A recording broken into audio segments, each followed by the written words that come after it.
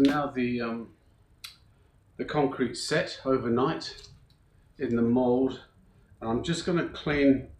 I've got a residue of glue here from the label that was on here, and the way that I get rid of the labels is basically put hot water inside the mold and then pull the which melts the glue, and then pull the paper off.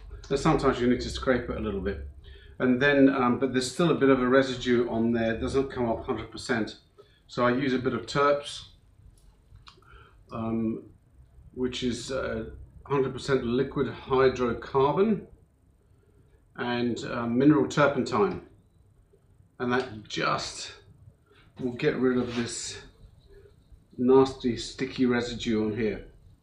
But whilst I'm doing this, I'm just going to talk about one of the reasons I'm starting to favour leaving the mold on these Gadas is because they can be used indoors, and they're not going to damage gym floors. And the first person I came across that was in Korea, where they made a whole heap of these things up for one of my workshops. And as you can see, I mean, that cleans that up beautifully. Just do the base. Now I'm not going to touch this bit because there's a whole heap of concrete in here which is going to come off with a wire brush. So you can see there's quite a bit of residue come off in there. Now, so put that top on there to stop the smell. Now the next thing that I like to do is sometimes on the handle itself you can get splinters, and I run a sander down here. So I mean, this is a small mechanical sander, and I've forgotten to put some sandpaper on there. Okay, I'll just do a little bit for the purpose of the video.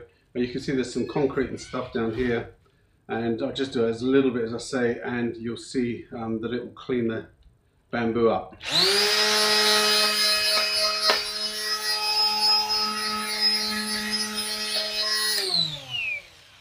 So it kind of changes the color a little bit, but it's well worth doing, because as I say, you do not want splinters in your hand, and I pay special attention to the very, very top here, because the hands work on this section of the Gada very often, and sometimes I put the little finger underneath here, and again, you don't want anything going into your skin. So I'm just going to now finish this off, and then we'll come back. Final thing is to clean the top up, and a good wire brush basically does the job really well. Nothing heavy, nothing untoward. Just turn it, and you'll see the residue of the concrete come off.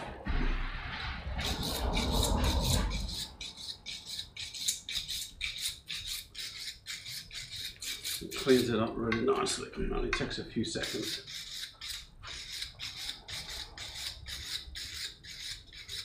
And I also just run the brush across the very, very top also, and scrape off anything that's loose. Now,